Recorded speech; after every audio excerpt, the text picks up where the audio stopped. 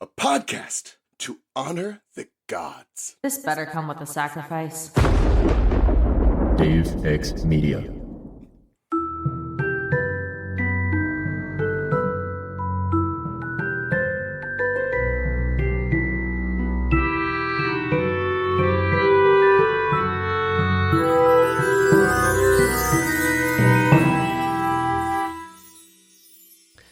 Welcome to the Restricted Section, the podcast that will be very happy to see the door slam Harry Potter in the ass on the way out. If you haven't done the reading, don't worry, we did it for you. Here's what we're talking about this week. Harry Potter and the Deathly Hallows, Chapter 9, A Place to Hide, in which we find a place to hide. I'm your host, Christina. My co-host today is Leela. Say hello to the listeners, Leela. Oh, I'm surprised you found me. I was hiding so well. Oh, yeah. She's a real good hider. Yeah. I don't have a part two to that joke. Yeah, We've know. never Neither hidden do I. from each other. This is what happens directly when we improv. towards each other. Yeah. And I'm so excited to introduce our guest, Ginny. Say hello to the listeners, Ginny. Hello to the listeners, Mary Clay.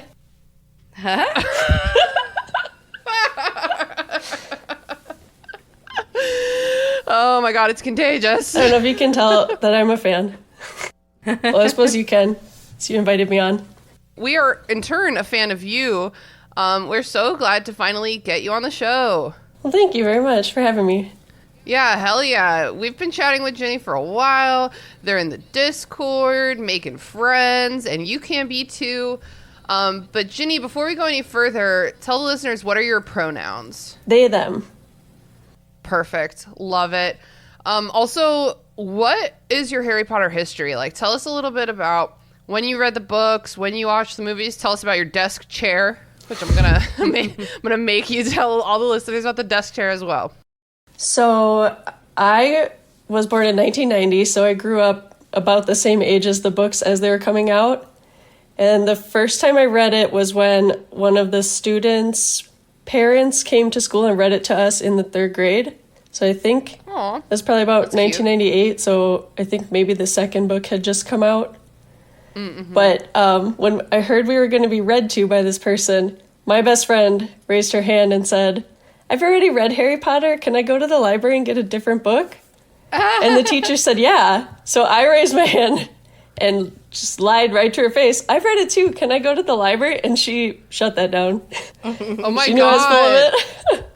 Wait, so were you trying to get out of class, or did you not care about Harry Potter? I just wanted to go hang out with my friend in the library. Classic. Tale as old as time. We totally understand. The teacher could tell immediately that your friend's plea was genuine and that yours was not. Yeah, she saw right through me, I think. So I remember going to a couple of the midnight releases for the books at Barnes & Noble or Borders back in the day. Yeah. I saw one of the movies at midnight too, I think. I'm not sure which one that was anymore. And since then I've been listening to podcasts about it. That's how I found Deus Ex Media. And I read a lot of fan fiction still. So, and I have a chair which has the Marauders map on it. It's pretty cool. I guess I didn't know what else you wanted me to say about the chair, except that it's here. It's here. They're sitting on it. I noticed it because they got up before we started recording, and it has the Hogwarts crest on the front. And then when they came back, they turned it around, and it has the Marauders map, including little footprints going up the top of it, which is very cute. I love it a lot. Also, it's cool that you hang out in fanfic spaces, because I feel like that's where the only soul left in this fandom can be found, is in like fanfic spaces where it's like it's so separated from the author and like people really just like making it their own. You know what I mean? Yeah, I think that's how I've managed to stay relatively lighthearted about.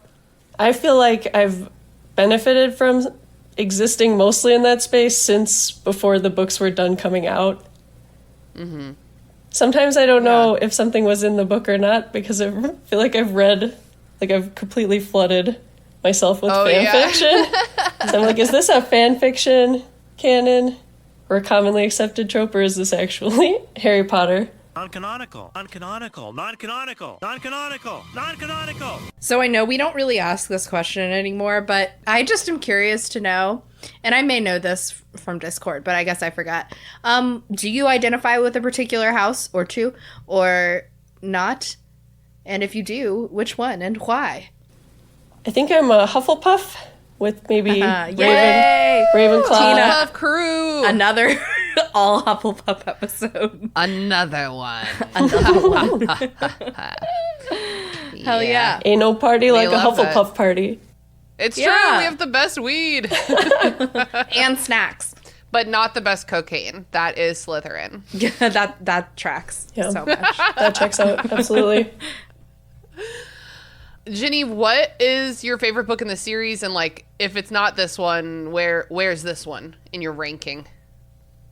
I was thinking about that today. I think this book is my favorite. What I remember was that, if you remember at the end of Goblet of Fire, when they're talking to Barty Crouch, or Harry tells Dumbledore that Voldemort took his blood, and it says something like Dumbledore had a triumphant look in his eye or something like that.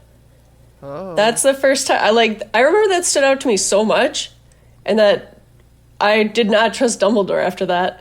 So I thought he might be more of a bad guy, and then the sixth book kind of flipped that on its head. Yeah. But I really appreciated about this last one that it kind of brought him down from this sort of deity figure and humanized him a lot. Oh my god, yes. Totally. Cool. Well, I don't know if I've heard anyone say that this is their number one favorite, so that's cool. Well, there's plenty to not like about it. I was trying to count how many times they've used polyjuice. I mean, it's at least 2 already. Well, and don't you know it takes months to brew correctly? Mm-hmm. And the ingredients are rare and hard to find and expensive, but... Yeah. I was playing D&D yesterday, and for the first time in my life, I noticed that in the spell section where it lists all the spells that I use every single time I play, there are components listed. And I, so as to not be hurt by the DM, leaned over and whispered to my friend Andrew. You guys know Andrew. And I said, "What are these components for?" And he said, that's if you just like really want to make it hard. I don't think we're playing that. And I feel like that's what Harry Potter is doing right now. It's like, oh, we're just keeping it easy because it's more fun that way. With the polyjuice potion. Like, what is the passage of time so far in this book? I mean, we're on chapter 9. It's been like summer this whole time, no? Yeah, and it's been probably like a week. Yeah. So and they also don't have Snape anymore. And who's making your potions if not Severus Snape? Obviously, it's got to be Hermione. No one else can get anything done. They're like, That's who should make the polyjuice potion? And Hermione's like, well, I am of age. So, awesome. Well, we're so glad to have you here, Ginny. And thank you so much for sharing with us a little bit about your Harry history. I'm excited to get your take on one of these chapters on the show. And I'm also excited because this is a kind of weird in the middle chapter. So we're going to find some little shits to chit chat about because otherwise it'll go really fast. So we begin the chapter, as they say, en media res. It's happening. Everything's happening. I was actually kind of freaked out reading this. This scene really upsets me. Like just the first couple seconds of this chapter when Harry and Hermione are trying to escape this scene with their lives. And they can't find Ron, and they're like running around the wedding looking for him, and Hermione's like crying, and it's just like so stressful, and like everyone's running around and it's so chaotic. Always hold hands. Just always hold hands with everyone. Just always hold hands. Did you think for a second? I thought for a second, I was like, I swear to fucking God, if Ronald Weasley, they find him and he sees Harry holding hands with Hermione and he acts, like himself about it, like, that's it. I'm not reading the rest of it. That would be crazy in a moment like Hopefully, this. but luckily the narrative says even someone as unreasonable as Ron was able to note that it was a moment of distress. Not the time. We're holding hands for apparition reasons. He's like, oh, what's going on between you two? Literally nothing. We're just trying to survive, you idiot. Okay. I'm glad that doesn't happen. That would make him, yeah. That would be like kind of an irredeemable like misplacement of priorities in this moment. Like, oh, so your number one priority is just insecure. That's what it is. Anyway, that doesn't happen. Also, what was everyone doing in this moment? Why? Oh, I think it actually said it because I was like, why isn't Ron with them? But I think it says like at the very end of the last chapter that Hermione like plops down. Yeah. Yeah, she's resting. And then Kingsley's Patronus comes. Okay. So we don't know. Ron's probably getting her some punch because he read that book about how to not be a jackass. Yeah, it said she said he was getting her some more butterbeer. Mm-hmm. Okay. So Ginny, what I want to know is you're at a wedding. You're looking great. You're wearing a very sharp outfit. You're having fun with your friends. Ha ha ha ha ha. And then you learn that the now in charge fascist para-governmental organization is coming to this wedding. What are you doing? What's your first move? Grab a slice of cake, I guess. Oh, yeah, that's priorities, baby. Mm-hmm. Yes. I haven't even had cake yet. No. Well, I feel like it's about to go down, so I'm either going to need some fuel, Hell yeah. or I'm probably not going to get out of there, so might as well enjoy some cake. Damn. You're right, though. I think that if it was me, let's say in this hypothetical, we're not Harry Potter and we're not with Harry Potter. We're not the ones they're looking for. So, like, if I don't think I'm in danger, I'm just, like, a guest at this party. I mean, okay, first of all, if this is the wedding of someone I barely know or, like, somebody I don't like that much, I am long gone already. Fair enough. Toasted. But, like, I don't know. I feel like there would be some, like, morbid, especially if I've been drinking a lot of champagne. I feel like I would have this, like, morbid curiosity to want to, like, stay and see what happens. Leela, what about you? I would hide. Hide? Oh, a place to hide. Oh. See, she does hide. We said in the beginning in the bit. I would I would like run into the burrow and like try to find a cranny or a nook. Oh my god, go get in bed with the ghoul in the attic. The spatter groit, nobody will come close. The spatter groit. Maybe I'll banish him under the bed and I'll get in the bed. Aw, poor ghoul. That's his bed. Well, it's gross. I don't want to be in bed with him. Yeah. Well, I guess you need a different bed.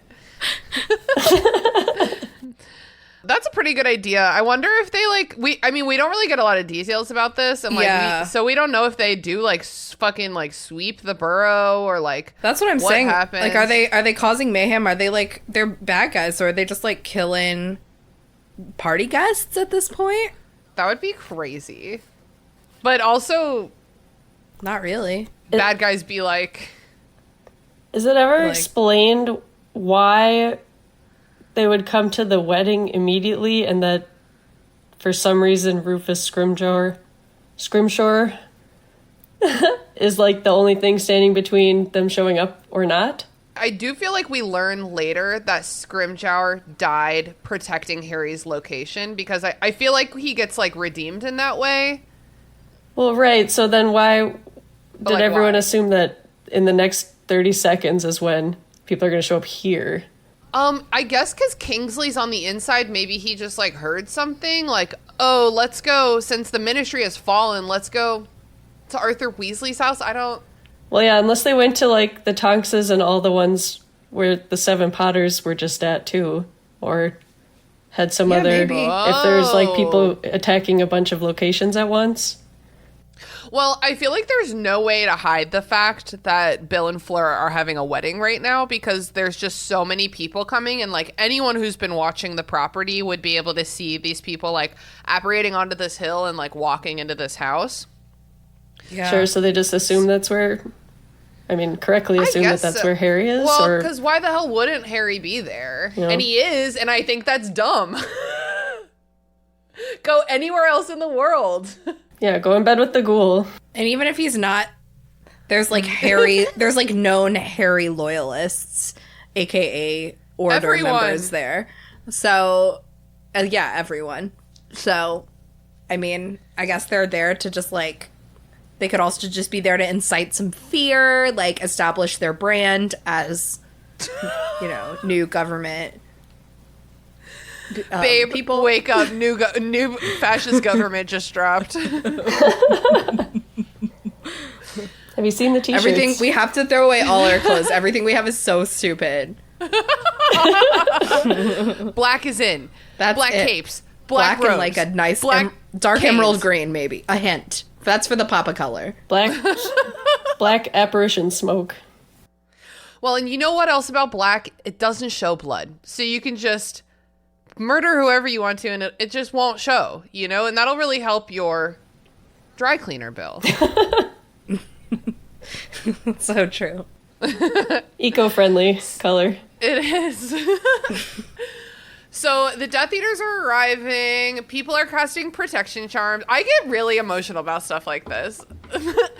The way that people are like, the protection charms around the wedding break, and people are like desperately trying to like throw them back up while they can, but it's probably too late because we can't tell what's happening because it's chaos.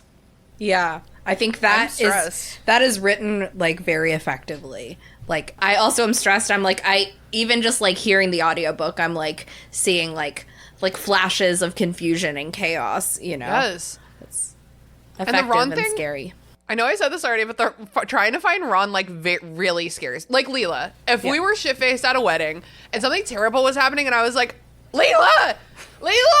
And I just couldn't find you because you're so short. And I'm like, Sean's like, we have to go. And I'm like, no, Leela! Oh no. And like, I listened to the audiobook too. And I started at this chapter. Like, it's not like I was like it's not like I was in it. I was listening to like a Hey Riddle Riddle before this. Like, I was in a different mood. And I started playing this chapter, and within like 3 lines, I'm like legitimately tearing up thinking about how scary that must have been for a split second to think that they might not be able to find Ron. What if he was in the pisser? Yeah. And they had to go? Like we have He probably was in the pisser. He's like, It's all that butterbeer. I gotta go. Yeah. I had the same experience because I did it as like a cold open, the audiobook of this chapter, and I was like, oh my god. Oh my god. Whoa. Very, very upsetting. So they do find Ron. Oh my god. Just and they immediately disapparate. And then they appear on a Muggle street surrounded by people. They're on Tottenham Road. British. So British. British much? Yeah. British much. Hermione. It's the first place that came to mind. Tottenham, right? That's how you would say it. Tottenham, sure. Yeah, sure. Mr. Tottenham. This sounds like Mr. Tumnus, to be honest. And why was it the first thing that came to mind? Like, what even is that? Well, she says that she used to come here with her parents, and like when your brain just does stuff okay. sometimes. So, Yeah. like, Leela, say the first thing that comes to mind. Tottenham. April Fool's. See, and why, Leela? Why? It is May. I don't know. What did you say, Ginny? I said Tottenham. Okay, perfect. So we're all on the same page. This is why 3 Puff Hufflepuffs shouldn't be on the same. They just start walking. They probably feel like spies a little bit. They're like, "Oh, it's really happening. We're out here now."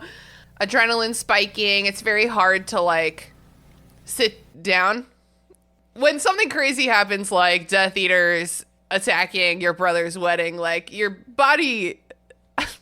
I recently read The Body Keeps the Score, so now I know that. Just kidding, I knew this already. But like your body releases adrenaline, and that does not just go away because you're like temporarily out of danger. Like they probably are like feeling very overwhelmed right now. Also, people are laughing at them because of their dress robes. Meanwhile, Hermione's just a little cutie in her little dress. Yeah. That was a very good podcast version of a wolf whistle. Good job. Thank you. I get it. I can do it because of my teeths. I got one big one. That's cute. Thank you. Hermione has their clothes and Harry's invisibility cloak and everything in her purse. She has everything. She is everything to us right now. And I'm going to circle back to this later. Good. It made me mad. Do you want to talk about it now, or did something later make you mad? Well, I was just a little bit like, it's like with the Polyjuice thing. I thought, this seems very lazy. Like, why did we even have... this would have been a really good opportunity convenient. to have him lose something that they thought they needed. Or, you know what I mean? Like, he should have forgotten something. Yeah, totally. But nope, Hermione's like, nope, and I have all kinds of, a whole tent with a kitchen and pots and pans and all of your Right? guys' clothes and... Pots and pans. Well, right? She's like, I don't packed know. my favorite books. I'm like, I mean, she packed bedding and, like, like towels. Like, I'm sure Hermione's the only one who thought of any of that stuff. Hermione also packed her 12-step skincare routine products as well. That's most of the weight in that bag. Yeah, it never occurred to me that this is lazy, but it super is. I think that it's in character for Hermione to have done this, but that's also lazy because you just make your girl smart, make her do all the work, and that's Right. the book, baby. And this is the one and only time we have referenced the spell. But, like, of course Hermione can do it. Just, like, of course she can do the protean charm, which we're just going to invent and say it's really hard, but, like, she can do it so we can use it for this plot thing. Yep. And it's like, oh, but she's the brightest witch of her age. But it's like, I don't know, man. People who are seniors in high school don't know everything. Yeah. Yeah. You know what I mean? Even, like, yes, the valedictorian doesn't know everything Right. at all. Yes, exactly. Yeah. They go down into an alley to change, which I would love.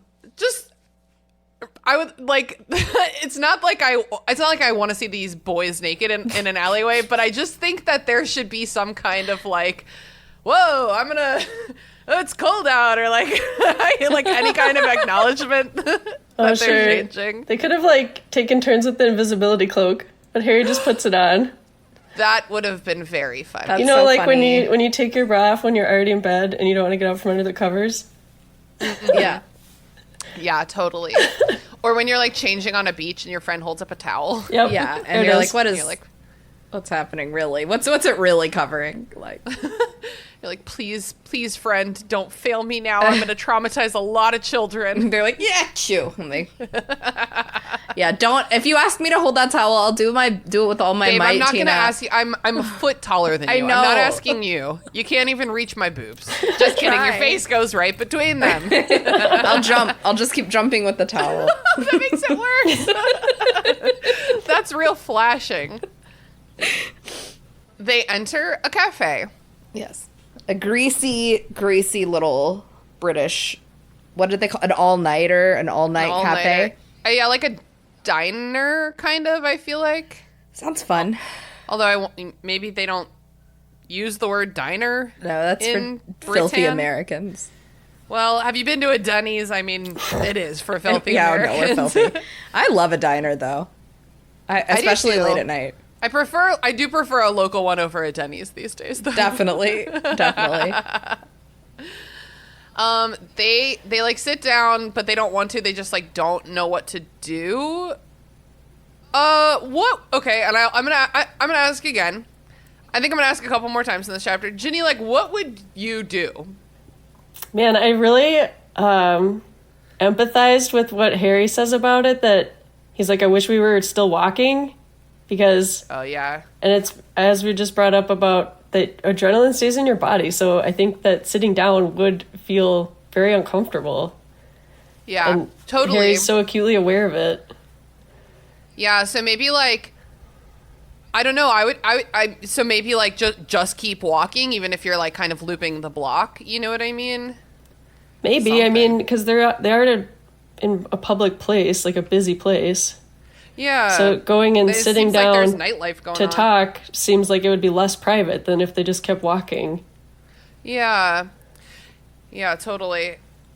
When I get like anxiety attacks and it's like very physical and my heart just kind of like races, and if it happens, it's happened a couple times like as I'm going to sleep, and I'm just like, well, time for a walk, because I can't be still while my heart is racing. Oh, like, you I have You can't just Absolutely. sit and stew. Yeah. Yeah, exactly. So like I would probably have a very hard time sitting down. Leela, what would you do if you were like in their position? You're in Tottenham Road, and what do you do next? Well, if I was in this diner and it was Main Street in America, I would order some blueberry pancakes. She's like, I don't need to be safe. I'm happy. No, I know I need sustenance. And something that tastes good will distract my brain from the panic attack. Right, as I that's why I gag went it for down. cake. Exactly. Yeah, Same you're right. page. Same misma página. And I don't know. I'd probably just keep walking. I probably wouldn't go to the diner. I would probably also just keep walking and walking We're and all walking going and to just walking keep and walking. walking. Yeah. Okay. Yeah. So me, Leela, and Ginny in our dress robes and or dresses, just walking and walking and walking. I mean, it's Tottenham. That's London, right? Yeah. Gotta Do they be, say right? that? I'm going to Google it. It sounds like a real place because it's a Muggle location. Oh my God. Would you? Oh no, wait, that's New York. Hold on. New York City. Because I was like, there's an IHOP, but that's not in New York. I'm pretty sure it's a large pedestrian, like a square. Yeah, I'm just trying to get a vibe check. Tottenham Court Road. Is that right? Is that what it says? Yeah. Mm-hmm. Yeah, I mean, the university's right there. There's lots of places to keep walking. If you're by a college, you can just keep walking. Yeah. There's 2 gardens within a... Oh my God, there's so many... Whoa, there's a lot of gardens in London. Should we go to London? Yeah, totally. There's gardens everywhere. I would love to go to London. I'm down. Whoa, Regent Park. That's gigantic. Okay. You can't get sucked into the Wikipedia. There's so much I love lore. maps. I love maps. So they do not keep walking. And honestly, like, they're children. They've never been in, like, a situation before. I mean, well, they've been in a lot of situations before. But, like, being on the lam in this way, it's new to them. They're like, what do we do? Let's sit down and figure it out. Maybe they're not cognitively developed enough yet to walk and plan at the same time, you know? It's hard. It's hard to do sometimes. Well, I'm trying to decide how shocking it would be too, and if they've also What? been drinking. Well, I mean, to like have just had to leave that, and they're kind of processing. Yeah. Like Ron's like, "Can we go back?" And they're like, "No, obviously, Absolutely not. obviously, like that I would mean- make everything worse." And he's like, "Okay, Ron could no. go back. yeah." But, Like, Ron could. I feel like he knows it, too. I feel like he knows it this whole book, and that's, like, why he ultimately has his little yeah. loyalty waiver. Yeah. So, they're sitting down. They get served some cappuccinos or whatever. Maybe coffees. I feel like I remember her in the movie saying a cappuccino in her little Emma Watson voice. But the coffee's not good. and Ron loudly is like, this looks disgusting. And the waitress is like, fuck, man. He's such a douchebag. He's just an idiot. He's had like a lot of acting really nice to women today, and he's just kind of exhausted. He's reached his limit. Yeah. no more grace. No more. They start talking about what happened. Well, so I guess Voldemort took over the Ministry of Magic. But that's fine, because we already didn't like them and didn't feel like they were on our side. So this changes very little. Yeah. It's less effective than it would be if maybe like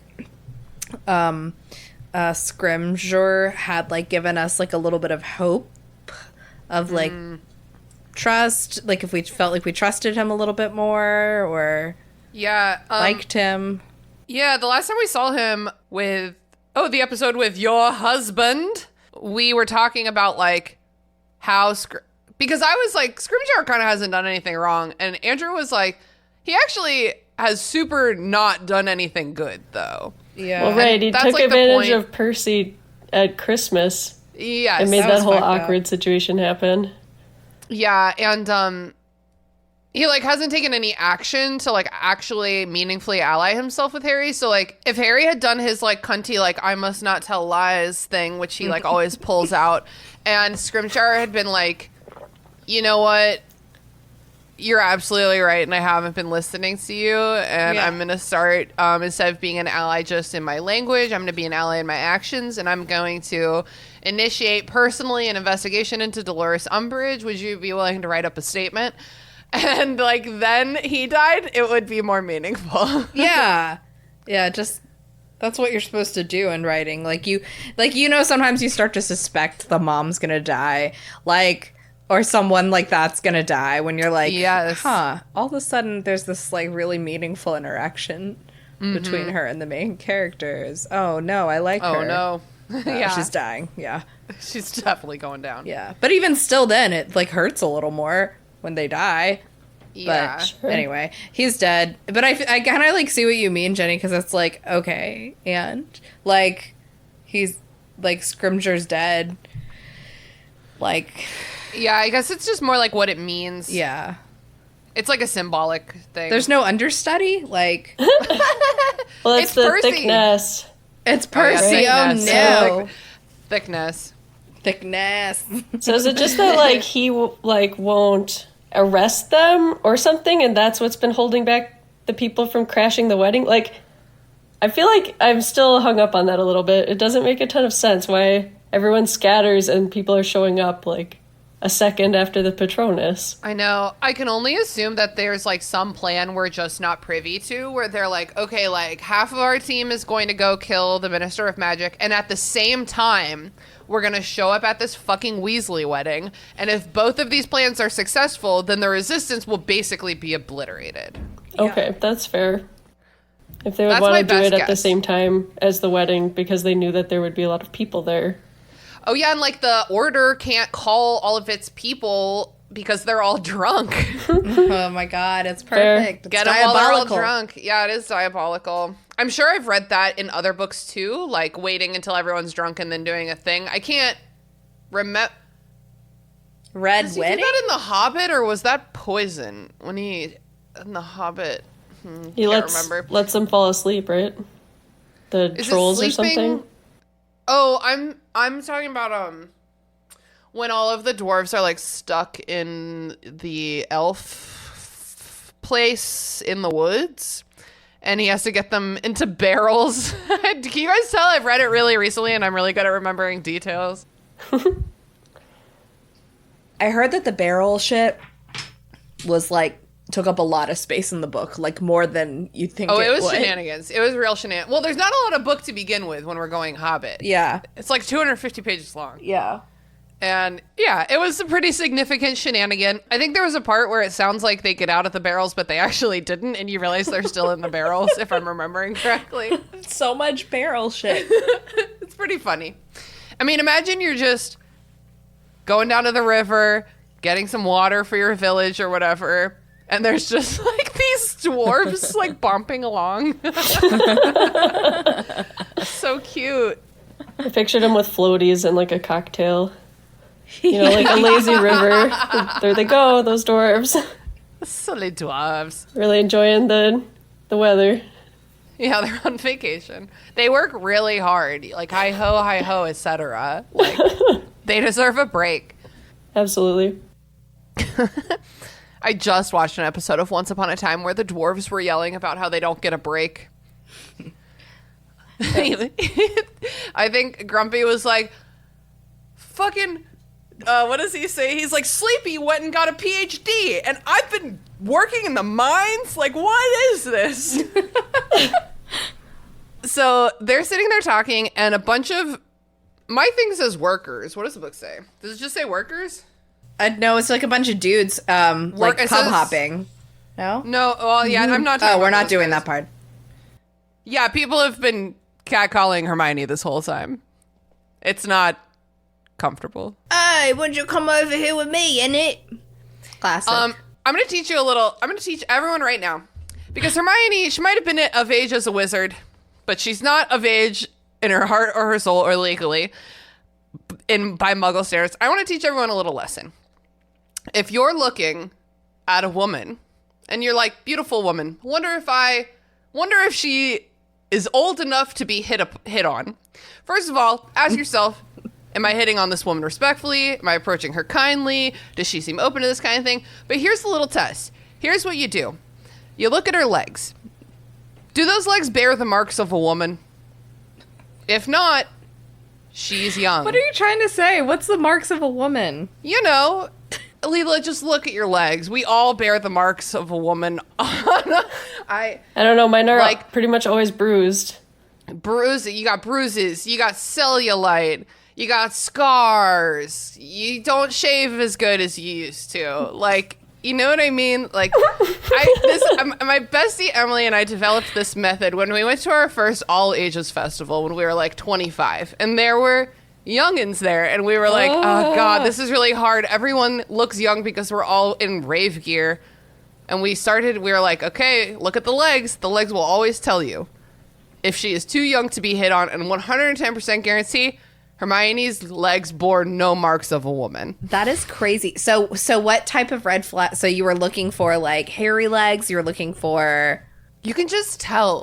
You really can just... I'm so serious. Looking at the legs, you can just tell if a girl is like still a teenager. Damn. Mm-hmm. Okay. Mm-hmm. All right. Yeah. Good to know. So men. these guys were drunk though, and drunk boys just hit on women. Yeah. And womanly looking people. It's really cool. That's great. Cool that they do. I did want to circle back to this moment actually, because I think we've all kind of expressed how the beginning of this chapter is very like a physical feeling of stress. Mm-hmm. So I really liked that it's a crowd and there's imminent physical, potentially mortal danger like running in. It's chaos. And then where they apparate to is just like a road that's also busy. But then when they come out and are kind of like stalled, I thought it was so unsettling, these men like yelling at her. Mm-hmm. When it's just her and Ron standing there and they're both kids. Like they're both 17 years old, right? So totally. Just these random drunk guys. I'm sure she hasn't had a lot of opportunity to deal with this kind of thing. Like Leela and I'm not sure about you, Ginny, but my guess is yes, because you're attractive and Well, and a person. you. Also just people get hit upon, and so like I'm good at it by now. Like not like I'm really good at getting hit, but like I'm resilient. I'm 32. Like I've been hit on a lot. I've been way more than hit on before. You know what I mean? Like I'm like, hey, have a good night, or like what, you know what I mean? Like what? Yeah. She's a child. She's probably never been anywhere in the world without her parents before. You're not going to hit on the girl that's with her parents. That's for sure. Not like this. Okay, so now I'm held up because did Hermione change? No. It doesn't seem So like she's she did. wearing a gown. A nice dress. Yeah. Ron's wearing jeans and a jumper, and Harry's invisible. so that's how they're walking down the street. Is Hermione in this gown? Dude, being like a femme on a date with a dude feels that way. Sean's like, can I please wear sweatpants? And I'm like, can you look at what I'm wearing? Ask yourself. Get on my level. Do we have to wear the same, shirt we've hyperfixated on and now has is not the same color and is misshapen? Oh my God. I know it's so soft, but maybe instead we wear this other nice button-up shirt, or even just a nice t-shirt that's not so misshapen and too loved, like an old Toy Story toy. I've told you, I'm sure. Hold on. Sean, are you still working? It's gonna be about the fucking sweatshirt. Watch. Well, you can hear me talking shit about you. Have I told you about Sean's brown Adidas hoodie? He insists that it's black. He's really adamant. But it was black when he bought it, and I think that was more than half his life ago. And it's just not black. So I'm glad to know that a lot of people have their safety safe clothing.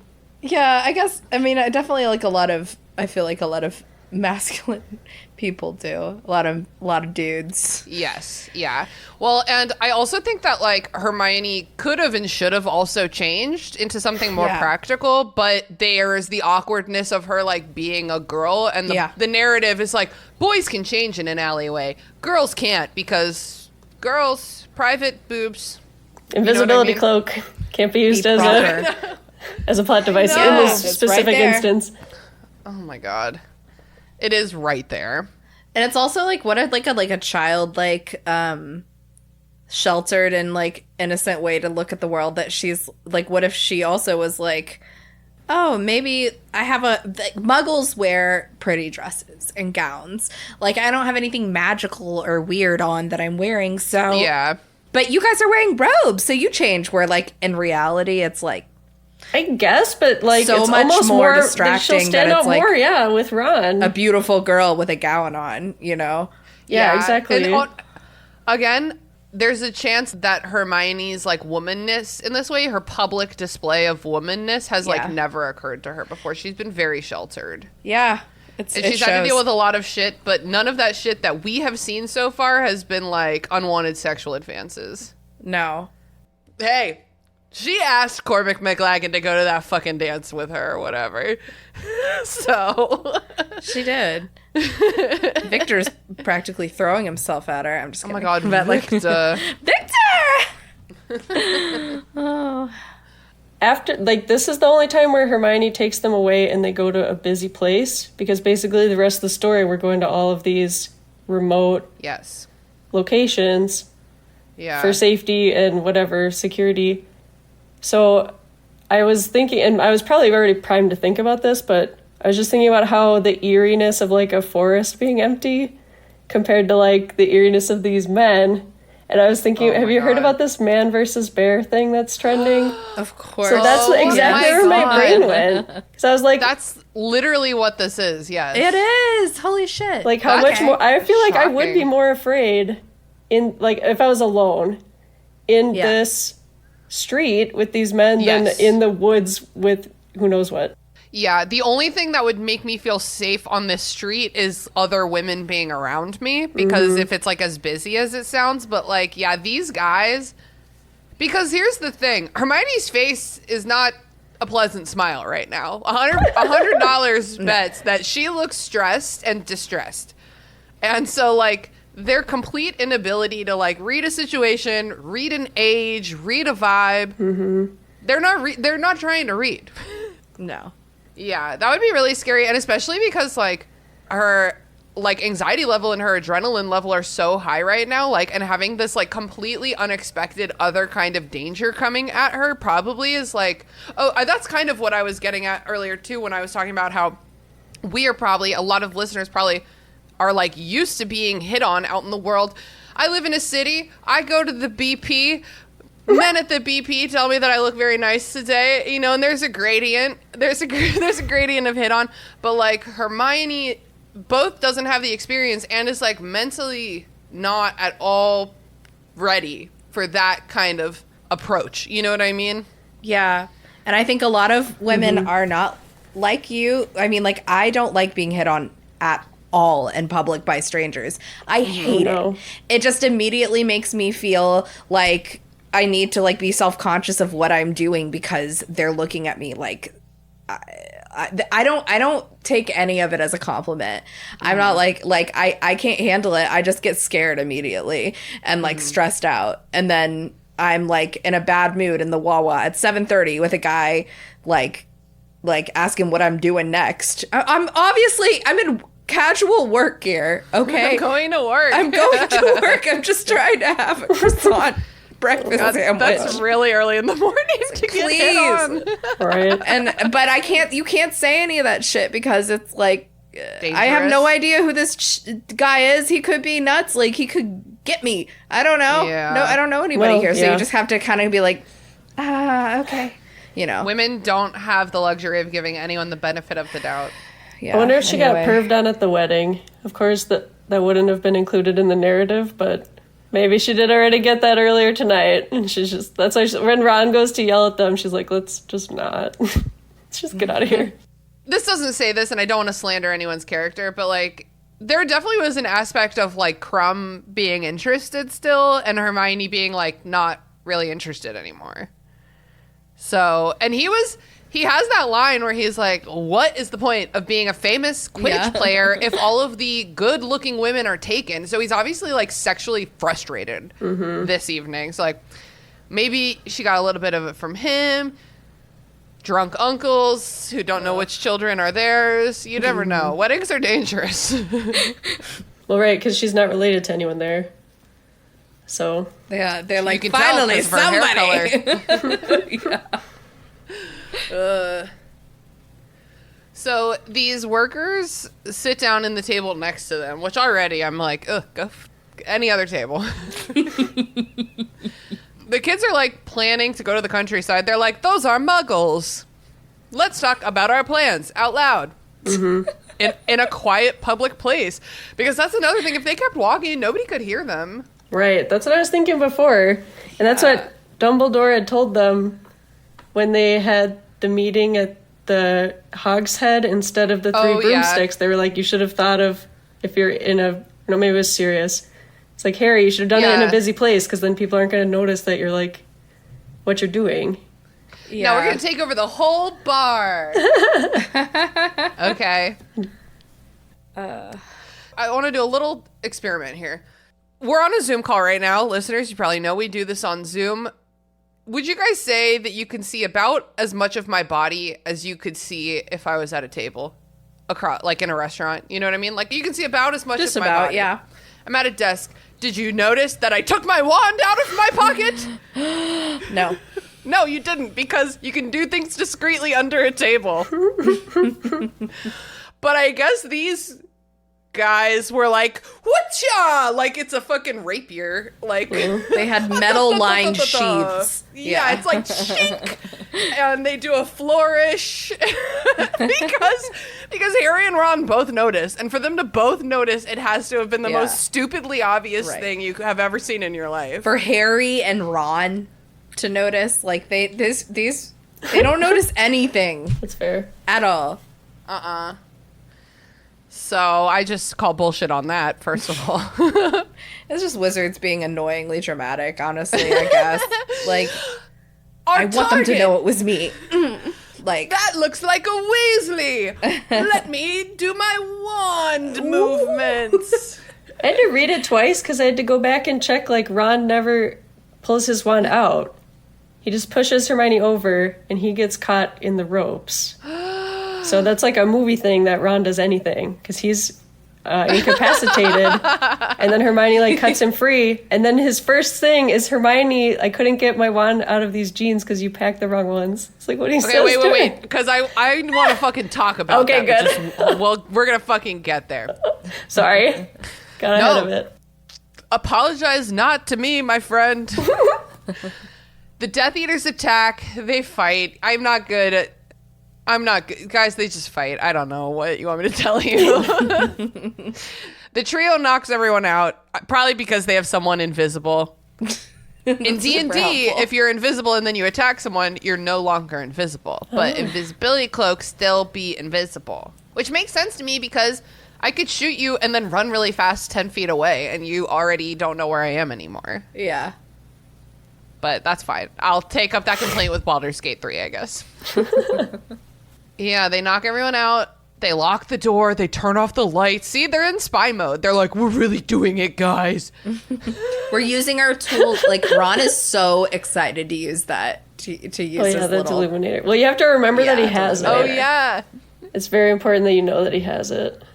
It's For true. reasons. We do, because it's so stupid that we'll definitely Like, forget here's about the it if he doesn't switch. use He's it. like, no, I got this. Like, why? And what if he turns out the pilot light on the stove or something? That's going to be annoying to deal with later.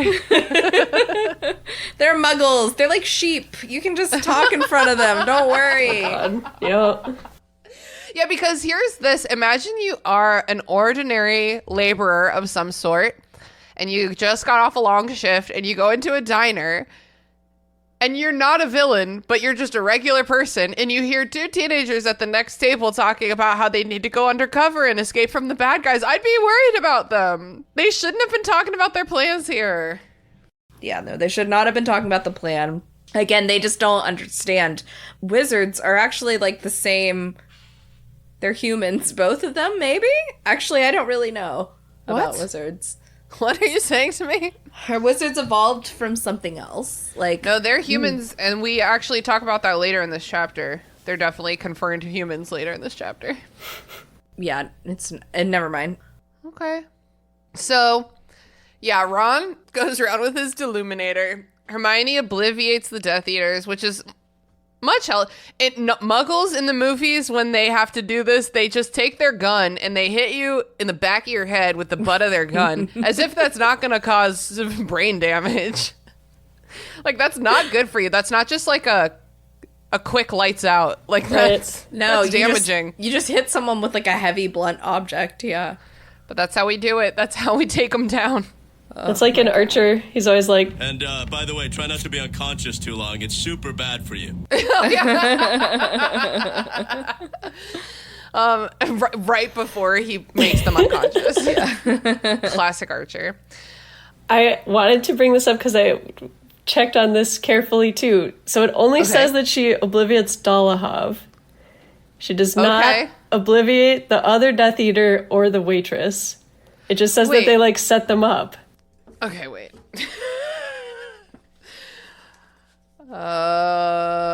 So the other thing is that Ron says, I've never performed a memory charm, and Hermione says, neither have I, but I know the theory.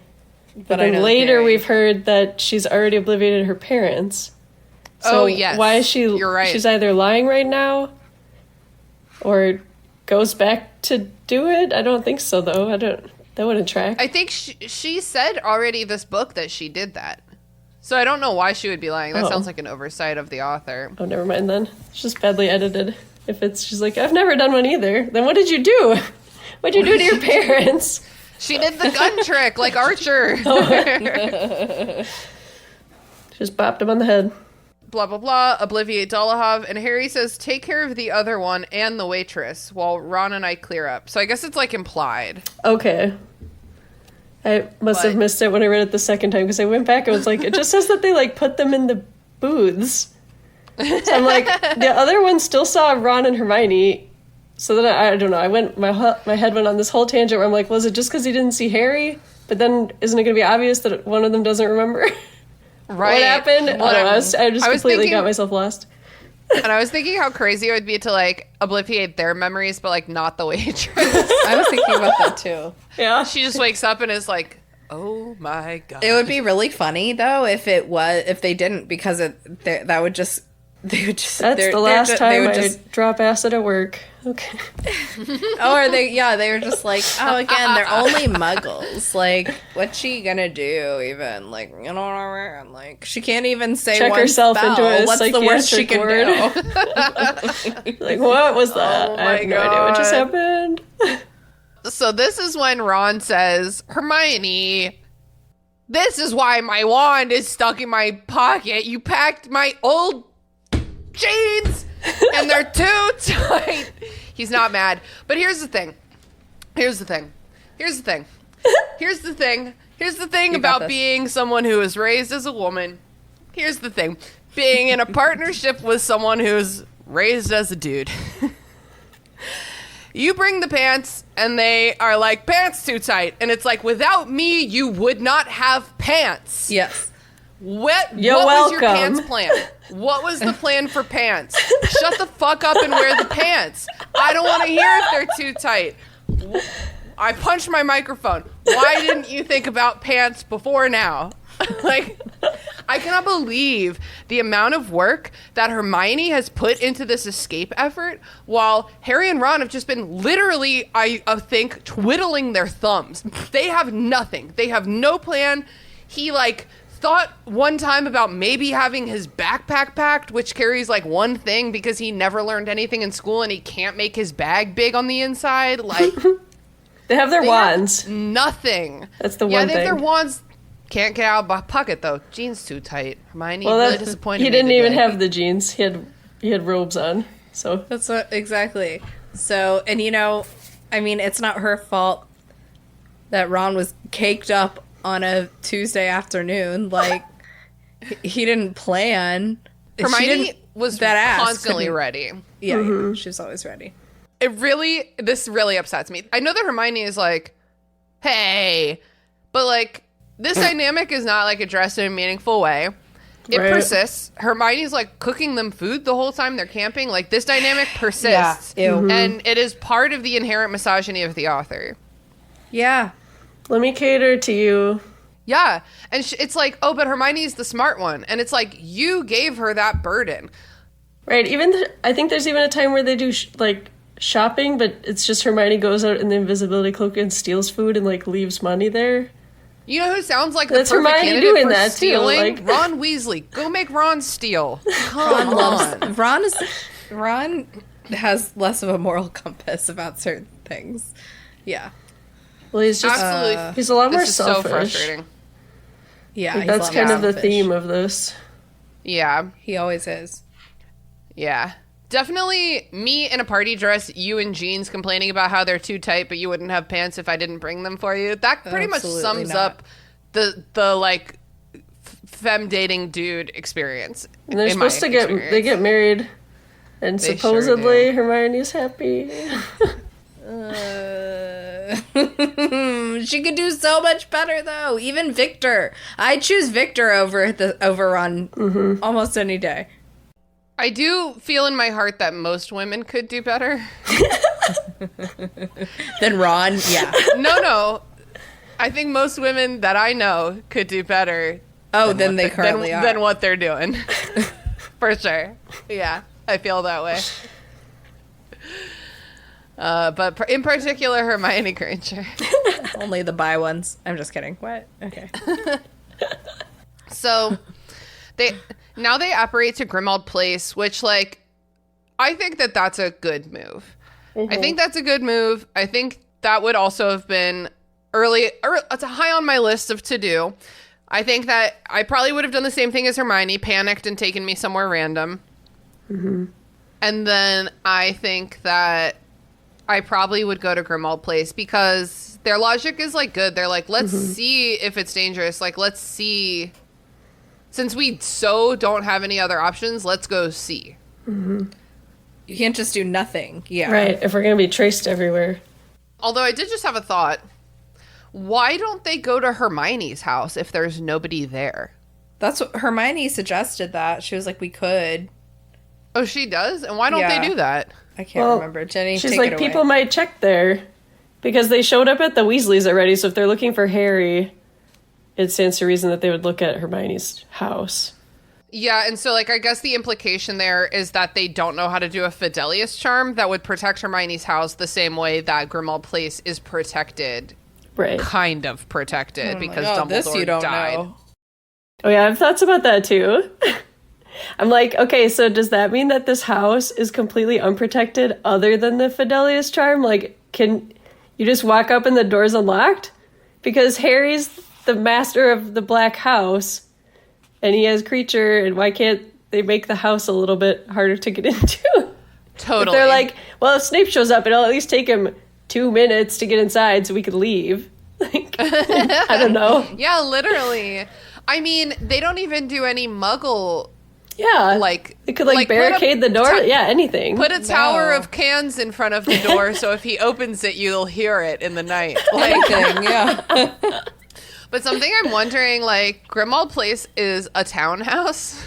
And I wonder if you were to just, like, cast, like, a Protego spell, for example, like, what if it, like, bled into the next house and, like, now Yeah. your neighbor just can't get to their nightstand because it's, like, enveloped in the Protego charm? Well, They does would the be like, space "I'm that insane." they're occupying exist or not? If Muggles can't is- see it and it's continuous on either side. Question. That's a really good question. I surely don't know. This is why magicians need physicists, but they're not doing that. They're just guessing and stabbing in the dark. Speaking of the dark, they go into Grimmauld Place. I think the first thing that happens is doesn't Mad Eye Moody go, Severus Snape? Yeah. Which is so scary. So spooky. And then an effigy of Dumbledore comes right at them. Oh. This is scary. This is haunted house shit. It is. And Harry's like, I didn't kill you. And I guess it, like, works. Oh, when he said kill, the dust, Exploded. everything turns to dust, and Harry's like,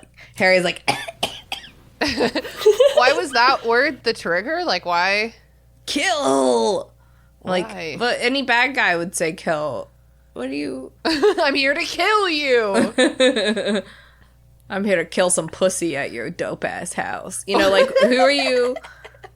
Maybe they only want cool guys in this house, you know? So weird. I mean, what I think it is that the spell is like, oh, that's not Snape. Yeah, the Like, spell's like, hey. But it's just like weird. Because like, what if like, instead of saying, I didn't kill you, Harry was like, oh god. Like, hopefully it still would not harm him. Get the Dyson! Yes, or like what I think is more realistic, even maybe just like being scared and saying nothing, just like yeah. Dust bunnies are terrifying. April Fools. Hermione says homonym revelio. This is such a funny exchange. Ron is so funny right now.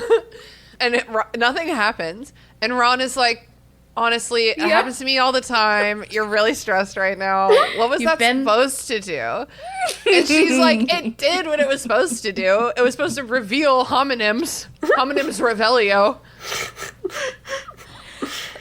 I loved this. I know this exchange was infuriating, but like so funny to me. It's very fun. It's infuriating in the way that I think is like cute and like almost flirty. You know, Yeah. it's like You've been through a lot. the way that like when you're okay. like, I'm thinking about like when my husband like condescends to me and I'm like, you're right to do that, but I'm infuriated. Like, no, I know I fall constantly, but like I wasn't tripping right then, That so time. I'm a little offended that you felt you Oh my had God. I needed your arm. Leela, remember I told you that like Sean has learned how to tell when I have sleep paralysis, but I also sometimes just because I make like a little like moaning noise, but I also sometimes when I'm sleeping, I'm just making weird noises, and he definitely has shook me awake before when I'm like not having sleep paralysis. And you're like, no, I was fine. It sounds very startling. He's I don't need you overcorrected. right now. Please set me free from this.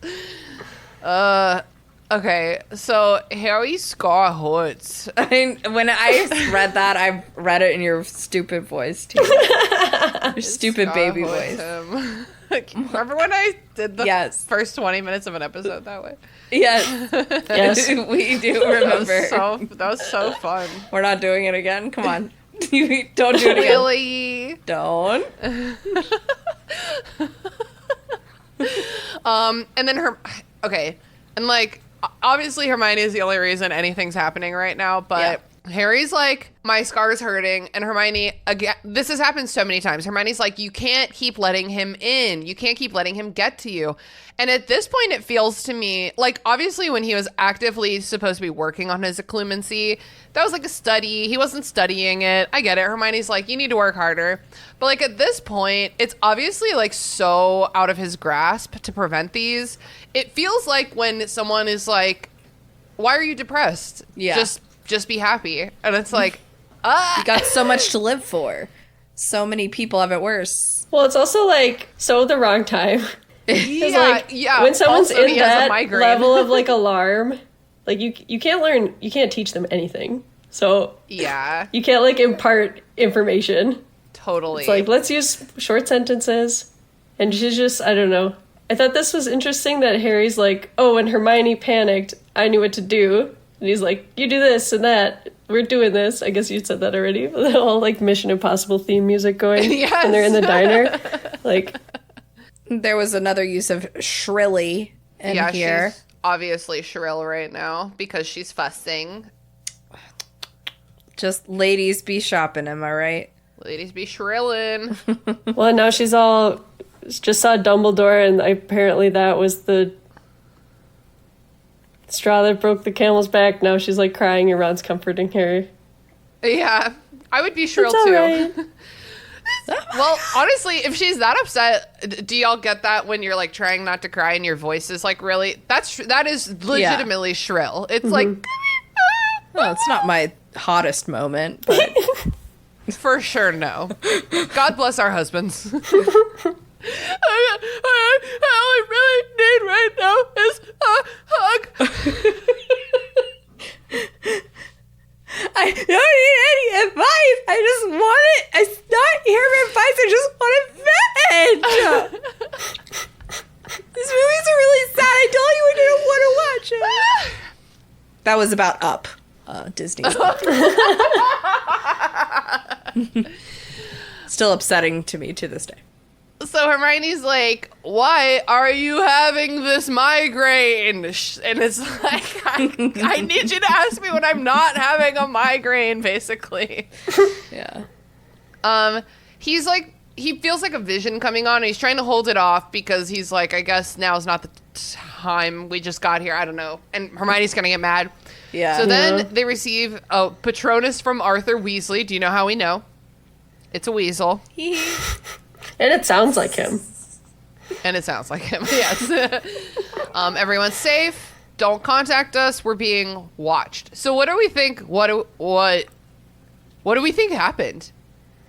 I think that they probably got everyone who didn't run away from the burrow probably got interrogated at the wedding and like Rounded up. Yeah. I really hope Bill and Fleur got out of there. I hope they're on their honeymoon or in Shell Cottage. Like, I hope they... Oh my god, and I was watching the clip from the movie, which I don't usually do, but I really wanted, for the last episode, I really wanted to pull the, they are coming clip, but then I listened to it, and it's not as good in the movie as it is in the book.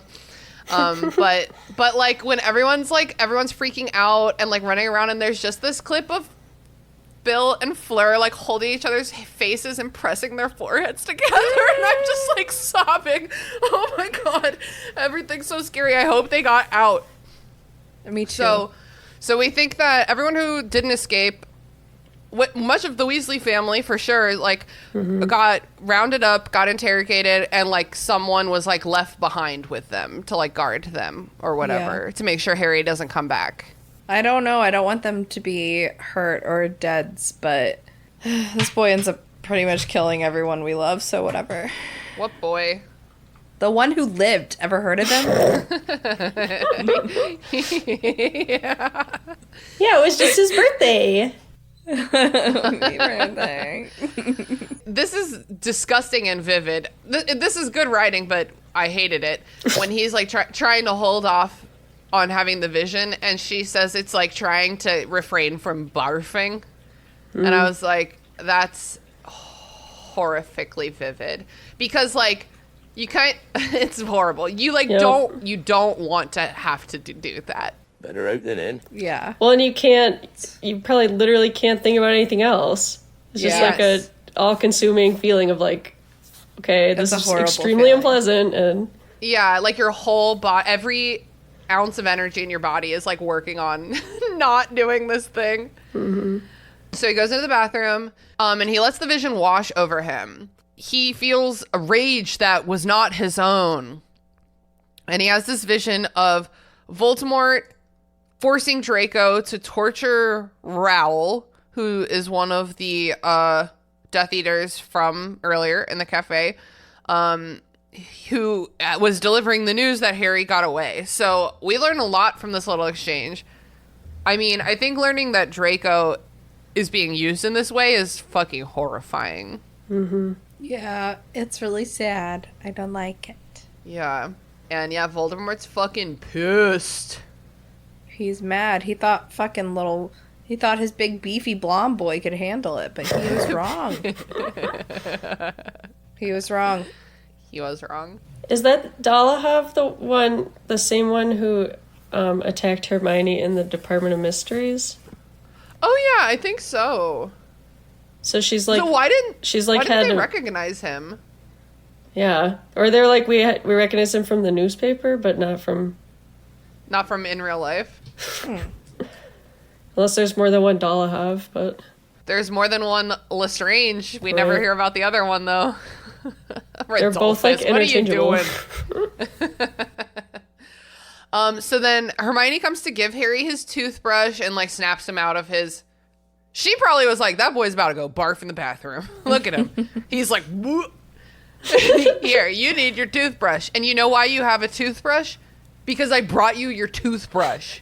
You literally... Because I packed your bag after you got dressed. I followed you around the house where all your toiletries. And he didn't...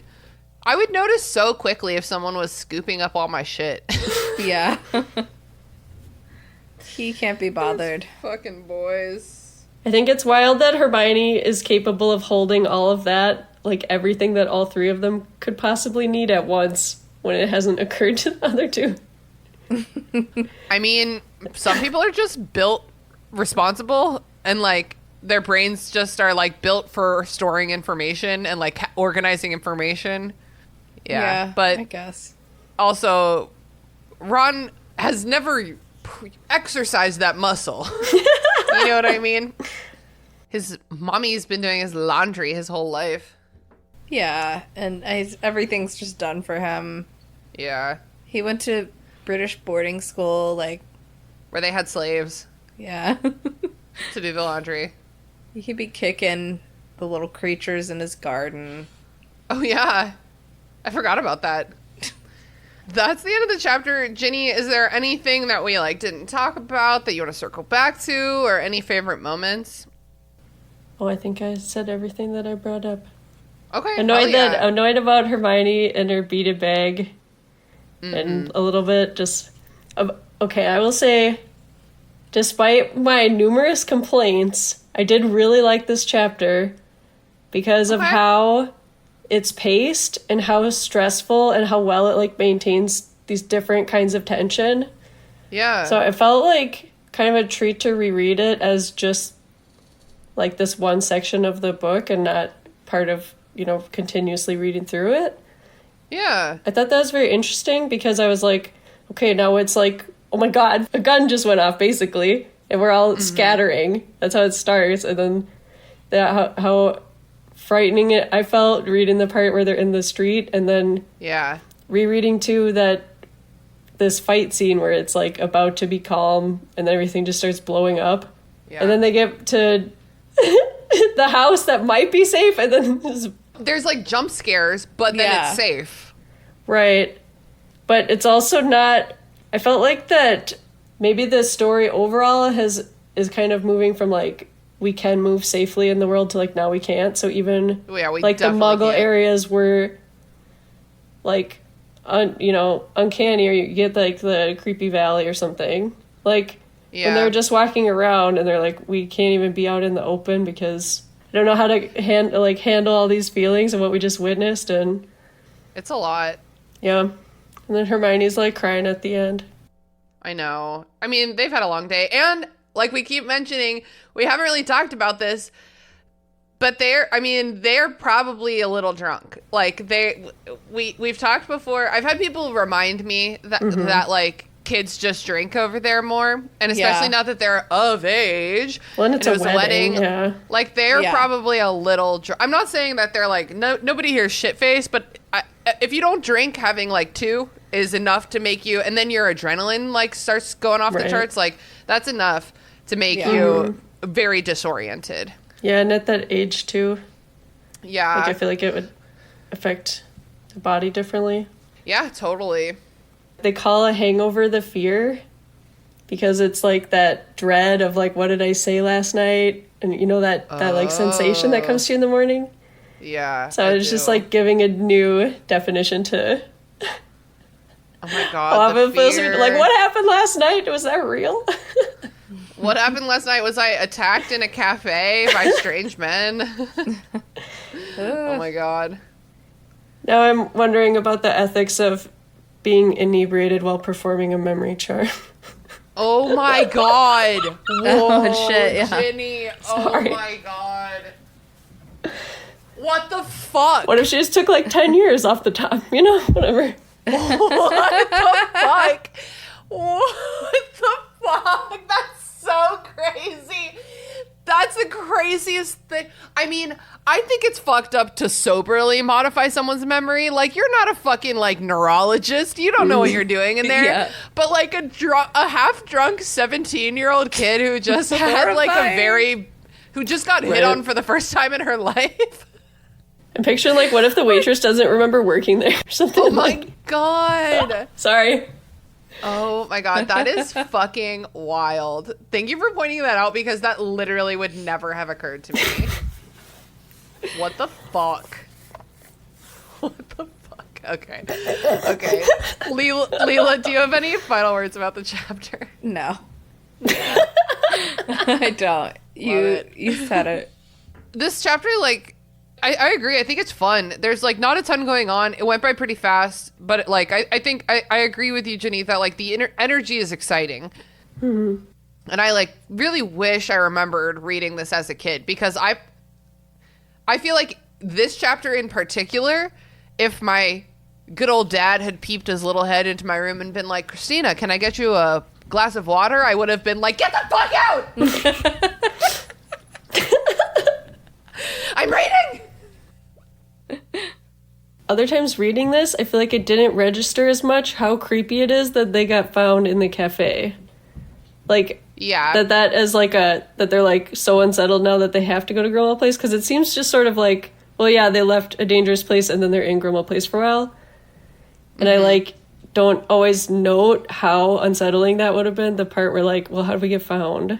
Yeah. So I think I've just kind of forgotten that was so integral to this part of the book, or I don't know. Yeah, and we kind of didn't even talk about that in this episode, but like, yeah, they do not know how they're being found, and that is really terrifying, because like, what do you do next if you like don't know what's fucking you up? Yeah. You know? Gotta diagnose the problem. Ooh, scary. I mean, maybe tomorrow, maybe not tonight, but like maybe tomorrow, I would almost like try to diagnose that problem, because it's better to figure out what is attracting them to you in a controlled environment than it is to risk doing it by accident. So maybe like we take a nap, and then in the morning, Ron and well, let's do it this way. Hermione and Harry hide under the invisibility cloak, and Ron just goes Voldemort to see if like the trace, to see if the what did they call it? The taboo is in effect. I know they haven't heard about that yet, or like Harry hides under his invisibility cloak and just does a little bit of magic and is like, okay, is it the trace? Okay, it's not that. You know what I mean? Like, yeah. Better to figure it out. Yeah. Scientific method. Scientific method, exactly. All right, now let's move on to plugs. I would love to start by plugging our Patreon. For as little as $1 a month, you can join our Discord community, which is a really dope bump and place to be. We have a couple cool Pride activities going on next month that we would love to celebrate with y'all. And Ginny's there. You can be their friend. And there's a lot of cool people there. Like-minded individuals. Anxious queer nerds. Very good community to be part of. And also, we have some really cool bonus episodes coming up at our $5 a month and up tier. This month, we talked... this month we did a pretty fun episode called Small, Medium, or Large with our friend Phil, who's been on the show before. Next month, we're looking at, like, sexism and racism in the series. And we got some cool stuff to kind of finish out the show, so definitely check that out. Ginny, would you like to be found on the internet? No. Don't find them. Come on, Discord. Right. That's the only place I am. Yeah. Hell yeah. That was going to be my plug, but you stole it. Oh, yeah. Plug it again. For as little as $1 a month on the DXN Discord, you can join the DXN Discord server, where you'll find tons of queer nerds. What do we say? To suit your fandom fancy. You'll find not only Ginny, you'll find the other Ginny, and sometimes you'll even find the other third Ginny. Taylor's dog. The third yeah. Ginny. It's a great name. 100% of Ginnies in the Discord are fabulous. When you showed up, I was like, whoa, a Ginny. And then a second Ginny showed up, and I was like, what is this? Ginny, what's something you've been watching, playing, listening to, reading lately that you think the listeners might enjoy? So I watched Fallout last week. Oh, yeah. I thought that show is fucking good. I was surprised. Like, I mean, I didn't have expectations necessarily, but I enjoyed it more than I thought I would even. Mm-hmm. Like, Hell yeah. It's very funny. And I'd only played a little bit of, I think, Fallout 3 and 4, but I didn't feel like the show spoiled the game. or like the game No. spoiled the show. They're separate enough that you don't really have to. But there were like lots of Easter eggs that I appreciated too. Yeah, it's totally like just the vibes, like because the storylines. I mean, I've only played Fallout 4, but like the storylines, there's not an overlap. But like the whole time I'm watching the show, I wish I was playing the game, which I think is a wonderful feature in like a game to TV adaptation. Right. Like make me itch for the game, you know? Yeah, I hadn't played it in like a year, and I played it today, so. Cool. I'm probably gonna pick it up again soon. There we go. Hell yeah. Leela, where can the people find you on the internet? You can find me at Leels for Reels anywhere you look. And then I would like to plug a person who needs no plug, Chapel Roan, who is just such a force in the music industry right now to be reckoned with. A force in pop music, I should say. How do you even... She's a little punky. She's a little rock. She's very poppy. She's a little slutty. She's a lot gay. It's just like great, fun dance pop music for anybody who wants to have a good time and doesn't want to listen to pop music that sounds like everything else. It's like a little bit different. Cool. I've been loving it. I've been your host, Christina. You know where to find me. And this week, I'm gonna pull up my story graph because I can't remember what I've read without it. Oh my god! No, I do remember what I've read. Oh wait, I think I plugged this last episode though. The Curious Incident of the Dog in the Nighttime, because Ginny and I were reading that together. Mm-hmm. I really loved that book when I read it in a long time ago.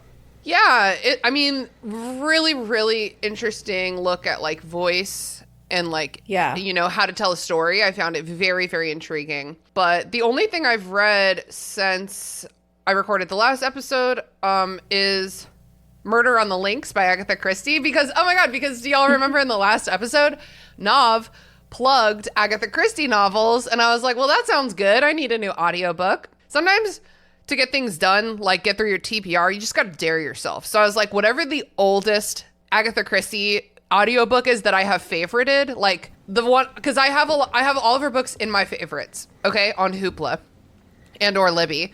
And so I was like, the one I favorited the longest ago, I'm going to listen to it finally. So I did. And it was Murder on the Links, and it was very good. Hercule Poirot, absolutely recommend Agatha Christie for some fun, pretty quick mystery. I think it was like a 5-hour audiobook. It was negligible. Oh, cool. And right now I'm also reading Every Falling Star by Seung-Ju Lee and Susan McClelland. The true story of how I survived and escaped North Korea, which is not my usual fare. You might have noticed I'm a bit of a sci-fi fantasy girly, but this book, like a lot of my friends who don't read books have read this book and are obsessed with it. So I'm reading it because they wanted me to, and they have never asked me to read a book before, so I'm just going to. So I don't think I've gotten to some of the truly harrowing stuff, so I will report back. So did you say there's 2 authors? Yes. Well, I think it must have been a co-writer, sure. Or because they're not listed as a translator. So I wonder if the author perhaps has like English as a second language and probably just needed a co-writer to help with like story and stuff. Yeah. Yeah. Totally bananas, obviously. So that's that. Ginny, thank you so much for coming on the show. I'm so glad we finally got you on. Thanks again for having me. Yes, it's an absolute pleasure. And if y'all know Ginny, if you're in the Discord, make sure to tell them what a wonderful job they did. And I will too, because this episode was great. It was so fun. Good, I'm glad. Yeah. And Leela, as always, thank you for being my co-pilot. No problema. See you day after tomorrow. Oh, yeah. Well, it's tomorrow, actually. Oh my God, tomorrow's Thursday. Okay, well, that's it, y'all. Let's go kill Voldemort. Let's go kill this Papa John's pizza.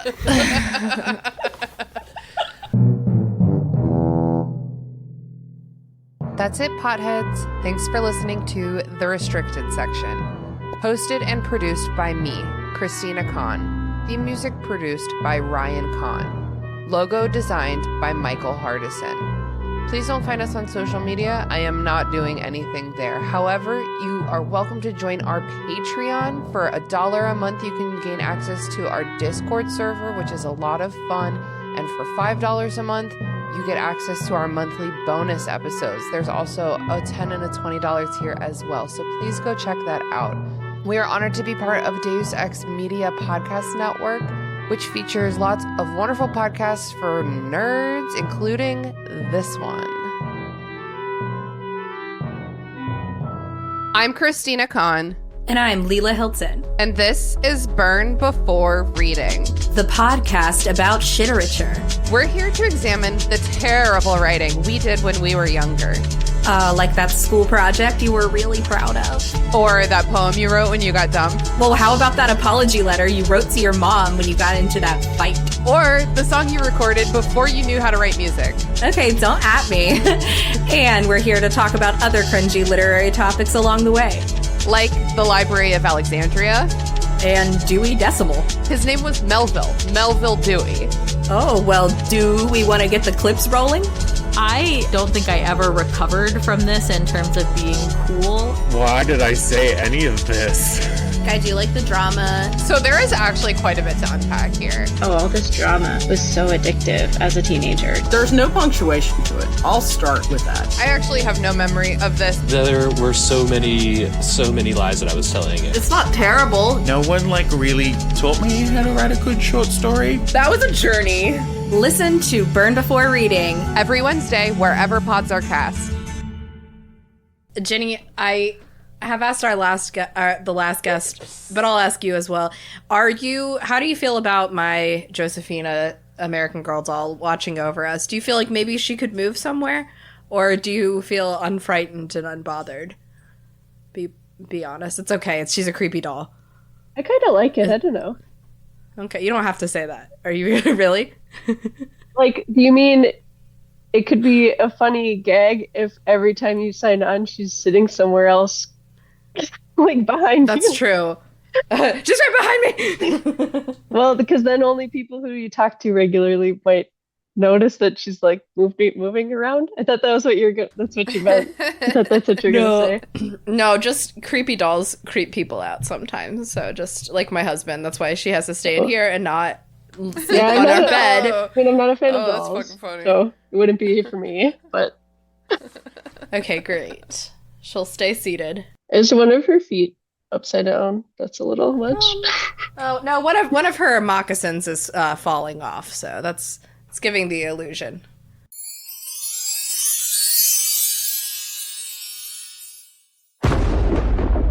Deus Ex Media.